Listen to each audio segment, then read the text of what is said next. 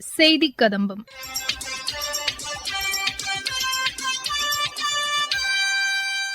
இன்றைய செய்திக் கதம்பத்தில் மத்திய அரசின் சமூக வலைதள பதிவுகள் மற்றும் சென்னையில் நடைபெறவுள்ள மும்பை திரைப்பட திருவிழா குறித்து தேசிய திரைப்பட மேம்பாட்டுக் கழகத்தின் மண்டல இயக்குநர் ரோஹிணி கௌதம் எமது செய்தி ஆசிரியருக்கு அளித்த சிறப்பு பேட்டி உள்ளிட்டவை இடம்பெறுகின்றன.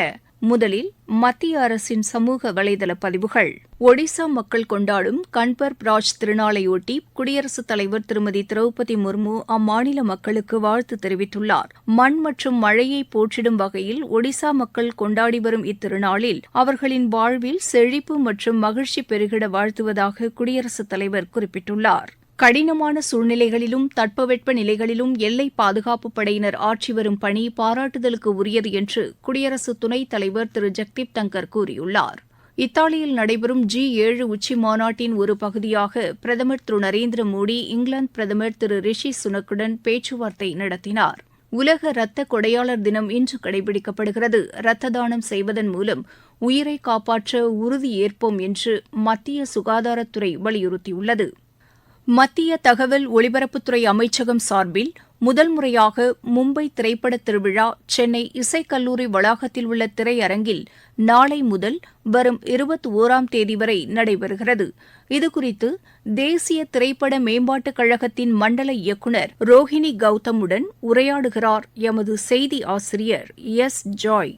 வணக்கம் நேயர்களே. திரைப்படம் என்றாலே நமது மனதிற்கு ஏராளமான எண்ணங்கள் வரும். எப்படிப்பட்ட திரைப்படத்தை நாம் போய் பார்க்க போகிறோம், இது என்ன மாதிரியாக இருக்கும், இது என்ன விதத்தில் நமக்கு பயன் தரும் என்றெல்லாம் நாம் யோசித்துதான் திரைப்படங்களை பார்க்கிறோம். திரைப்பட திருவிழாவின் போது என்னென்ன மாதிரியான படங்கள் நமக்கு கிடைக்கும் என்றெல்லாம் மாணவர்கள் யோசிப்பதுண்டு. ஒரு திரைப்படத்தை எடுத்து அதை திரையிட்டு அது என்ன மாதிரியான தாக்கத்தை ஏற்படுத்தும் என்று திரைப்பட மாணவர்கள் ஏராளமான ஆய்வு கட்டுரைகளையும் எழுதி வருகின்றனர். அது குறித்த ஆழ்ந்த படிப்புகளையும் மேற்கொண்டு வருகின்றனர். அந்த வகையில் முதல் முறையாக மும்பை திரைப்பட விழா சென்னையிலும் நடைபெற உள்ளது. ஜூன் மாதம் 15ஆம் தேதி முதல் 21ஆம் தேதி வரை சென்னையில் நடைபெறுகிறது.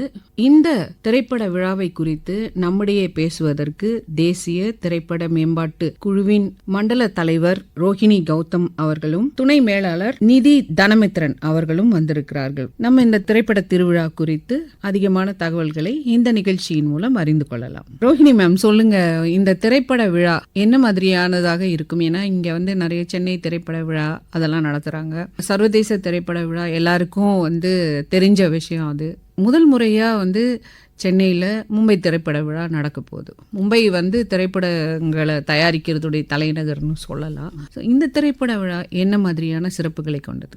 இது Bombay film international film festival எப்பவுமே பாம்பேல தான் நடக்கும். இந்த வாட்டி ஃபர்ஸ்ட் டைமா வேற வேற பிரான்ச்சஸ்ல வேற வேற இடத்துல ஸ்கிரீனிங் மட்டும் போடுறாங்க. ஏன்னா இது நிறைய பேர் சொல்லியிருக்காங்க, இந்த மாதிரி இன்டர்நேஷனல் டாக்குமெண்ட்ரிஸ் மூவி பார்க்க முடியல நம்மளால, அந்த மாதிரி நம்மளுக்கு வாய்ப்பு கிடைக்கல அப்படின்னு சொல்லிட்டு. ஸோ இந்த வாட்டி சரி நம்ம அடுத்த ஃபிலிம் இண்டஸ்ட்ரி ஏரியாஸ்ல எல்லாம் போட்டு அவங்களுக்கு காட்டலாம். யங் பீப்புளுக்கு, ஸ்டூடெண்ட்ஸ்க்கு, ஃபிலிம் மேக்கர்ஸ்க்கு, ஃபர்ஸ்ட் டைம் ஃபிலிம் மேக்கர்ஸ்க்கு எல்லாருக்குமே இது ஒரு எஜுகேஷன் மாதிரி அவங்களுக்கு காட்டுறதுக்கு இது ஸ்கிரீனிங் பண்ணிட்டு இருக்கோம் நாங்க 15th 21st வரைக்கும். இப்போ இந்த திரைப்பட விழாவில் நீங்க சர்வதேச திரைப்படங்களும் இடம் பெறுது அப்படின்னு சொல்றீங்க இல்லையா? சோ இது என்ன மாதிரியான ஒரு விழிப்புணர்வு நடவடிக்கையா இருக்கும்னு நீங்க நினைக்கிறீங்க? இது ஆக்சுவலி என்னன்னா, எப்படி படம் பண்ணணும், என்னென்ன ஏரியால நாம ஃபோக்கஸ் பண்ணணும், என்ன மார்க்கெட் பண்ணணும், இதெல்லாம் அவங்களுக்கு நிறைய பேருக்கு கொஞ்சம் கொஞ்சம் நாலேஜ் இருக்கும். ஆனா ப்ராசஸ் எப்படி பண்றது, எங்க போறது, இது நம்ம மினிஸ்ட்ரியே சரி ஒரு ஸ்டெப் மாதிரி எடுத்து அவங்களுக்கு காட்டுது. இங்க நம்ம ரொம்ப இன்டராக்ஷன் கிடையாது. ஆனா பாம்பேல ஒர்க் ஷாப் எல்லாம் நடக்குது, மாஸ்டர் கிளாஸஸ் எல்லாம் நடக்குது. ஸோ அங்க அவங்களுக்கு ஒரு டைரக்ஷன் கொடுக்குற மாதிரி கோ ப்ரொடக்ஷன் நடக்கும். ஸோ கிளாஸஸ் மாதிரி நடக்கும். அவங்களுக்கு ஒரு ஸ்டேஜ் செட் பண்ணிடுவாங்க.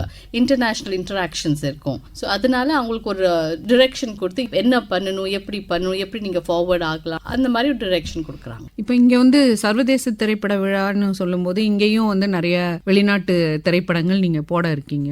அப்படிப்பட்ட நேரத்துல அவங்களும் இங்க இன்டராக்ட் பண்றதுக்கு, மாணவர்களோட கலந்து பேசுறதுக்கு ஏதாவது வாய்ப்பு இருக்கா? இப்போதான் ஸ்டார்ட் பண்ணிருக்கோம். ஃபியூச்சர்ல பிளான் பண்ணலாம் அப்படின்னு ஒரு தாட் ப்ராசஸ்ல இருக்குது. நிறைய பேர் எப்படி வராங்க, என்ன கேட்கறாங்க, அதை பார்த்துட்டு அக்கார்டிங்லி அது பிளான் பண்ணலாம்னு இருக்கிறாங்க. நீங்க சொல்லுங்க நிதி மேம், ஒரு திரைப்படம் பண்றதுன்னும் போது அதுல என்ன மாதிரி அம்சங்கள் எல்லாம் உள்ள இருக்கும்?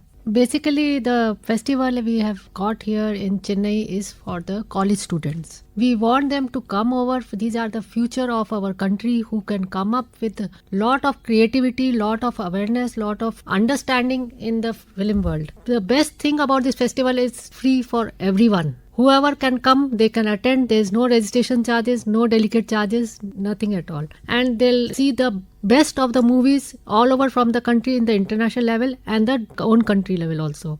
நம்ம சொல்லிட்டு இருந்த மாதிரி இதுவரைக்கும் வந்து சர்வதேச திரைப்படங்களை நம்ம வந்து வெறும் ஒரு திரைப்படமா தான் நம்ம பார்த்துட்டு இருக்கோம். இப்ப நீங்க சொன்ன மாதிரி ஒரு கருத்தின் அடிப்படையில, அதாவது ஒரு டாக்குமெண்ட்ரி அப்படின்னு சொல்லும்போது ஏதோ ஒரு விஷயத்தை பத்தி ஆழமா எடுத்திருப்பாங்க. அத அப்படிப்பட்ட திரைப்படங்கள் வந்து இந்த திருவிழாவில தான் நம்ம பார்க்க முடியும், வேற எப்பயுமே நம்ம பார்க்க முடியாது. அதை பத்தி நம்ம அதிகமா அறிஞ்சிக்கணும் அப்படின்னு சொன்னா என்ன பண்றது? மாணவர்கள் வந்து கொஞ்சம் ரிசர்ச் பண்ணி தான் ஆகணும். வேற வேற இடம் இருக்குது, நிறையாவே உங்களுக்கு காலேஜஸ் இருக்கு. நீங்க வந்து கொஞ்சம் ரிசர்ச் பண்ணி அதை டிஃப்ரெண்ட் டிபார்ட்மெண்ட்ஸ் இருக்குது, அங்கே நீங்கள் போய் கேட்டிங்கன்னா அவங்க ஹெல்ப் பண்ணுவாங்க, உங்ககிட்ட சொல்லுவாங்க என்னென்ன தேவை அப்படின்னு. ஸோ ரிசர்ச் பண்ணி உங்கள் ஐடியாவை வந்து நீங்கள் அண்டர்ஸ்டாண்ட் பண்ணி இந்த மாதிரி ஈவெண்ட்டில் நீங்கள் இன்டராக்ஷன் பண்ணிங்கன்னா உங்களுக்கு யாராவது 2 பேர் இருப்பாங்க, யார் உங்களை ஹெல்ப் பண்ணுறதுக்கு இருப்பாங்க. ஸோ அவங்ககிட்ட இன்டராக்ஷன் பண்ணி என்ன நம்ம பண்ணலாம், இது எப்படி நம்ம வெளியில் எடுத்துகிட்டு போகலாம், எப்படி இன்ட்ரெஸ்ட் கொண்டு வரலாம், அந்த மாதிரி எல்லாம் நீங்கள் பண்ணிங்கன்னா ப்ளஸ் நீங்கள் வந்து பிகர் ஆர்கனைசேஷன்ஸ் இல்லைனா கம்பெனிஸ் கூட இன்டராக்ஷன், இந்த மாதிரி சின்ன ஐடியா தான், ஆனால் நீங்கள் எப்படி என்ன ஹெல்ப் பண்ணுவீங்க, இந்த மாதிரி ஏரியாவில் தான் உங்களுக்கு வந்து இதெல்லாம் தெரியும். ஸோ நீங்கள் வந்து ஒன்றா நீங்கள் லேர்ன் பண்ணிங்கன்னா அந்த மாதிரி இன்ட்ராக்ஷனுக்கு நீங்கள் வந்தீங்கன்னா தான்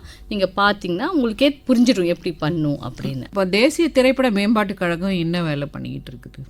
எங்கள் மெயின் ஜாப் வந்து நாம் இந்த மாதிரி ஃபர்ஸ்ட் டைம் ஃபிலிம் மேக்கர்ஸ்க்கு வந்து நம்ம இந்த மாதிரி lot of interactions, film festivals நிறைய நடக்கிறத வந்து இன்டராக்ஷன் பண்ணி வைக்கிறோம்.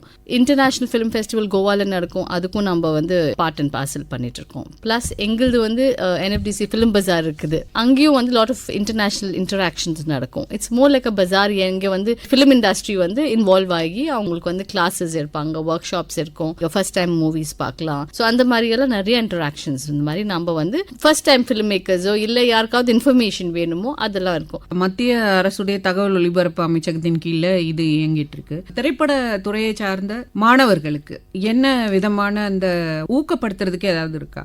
ஸ்கில் ட்ரைனிங் நீங்க வந்து எங்க கிட்ட மட்டும் இல்ல, எங்க certificate of course is important. But நீங்க வேற இடத்துல பண்ணீங்கன்னா கூட பேசிக் ட்ரைனிங் ஒரு எடுத்தீங்கன்னா உங்களுக்கு அதுலயே வந்து எல்லாமே உங்களுக்கு ஐடியா வந்துடும். நீங்க என்ன ஃபோக்கஸ்ல உங்க இன்ட்ரெஸ்ட் நிறைய இருக்குது, அதை எடுத்துட்டு அப்புறம் நீங்க வந்து என்ன எடுக்கணும் என்ன பண்ணணும் அப்படின்னு எடுத்தீங்கன்னா உங்களுக்கு பெட்டர். ஏன்னா அப்போ வந்து உங்களுக்கு ஃபர்ஸ்ட் வந்து பேசிக் நாலேஜ் கொடுத்துரும். பேசிக் நாலேஜ் எல்லா டிபார்ட்மெண்ட்லயும் உங்களுக்கு கொஞ்சம் கொஞ்சம் ஐடியா வந்துச்சுன்னா உங்க ஸ்பெஷலைசேஷன் உங்க ஏரியா என்னன்னு அதை நீங்க புரிஞ்சுட்டீங்கன்னா அக்கார்டிங்லி நீங்க வந்து அதுல டெவலப் பண்ணி நீங்க ஒரு ஃபிலிம்ல எந்த பார்ட் ஆஃப் த ஃபிலிம் நீங்க எடுக்கணும் அப்படின்னு சொல்லி உங்களுக்கு பெட்டரா தெரியும். அப்பதான் சரி, இந்த திரைப்பட திருவிழா எப்போ ஆரம்பிக்குது? இதுல எவ்வளவு திரைப்படங்கள் நீங்க போட போறீங்க?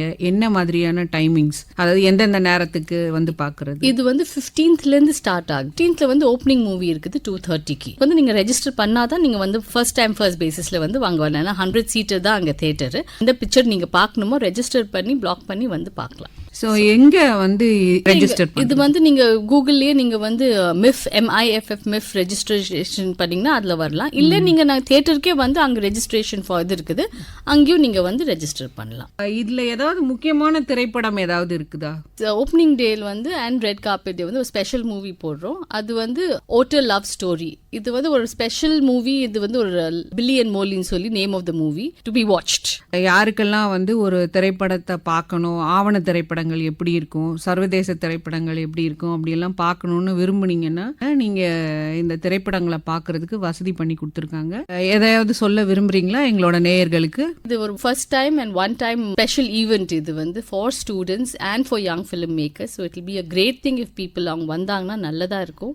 இன்டர்நேஷனலி இது வந்து ஃபிலிம் இண்டஸ்ட்ரிக்கு என்னென்ன ஆகுது எப்படி ஆகுது அது வந்து உங்களுக்கு ஒரு easy way of coming and seeing. Please come from 15th to 21st. You are most welcome. இவ்வளோ நேரம் வந்து எங்களுக்கு இந்த திரைப்பட திருவிழாவை பற்றி சொன்னதுக்கு ரோஹிணி மேமுக்கும் நிதி மேமுக்கும் எங்களோட நன்றியை தெரிவிச்சு. Thank you ma'am.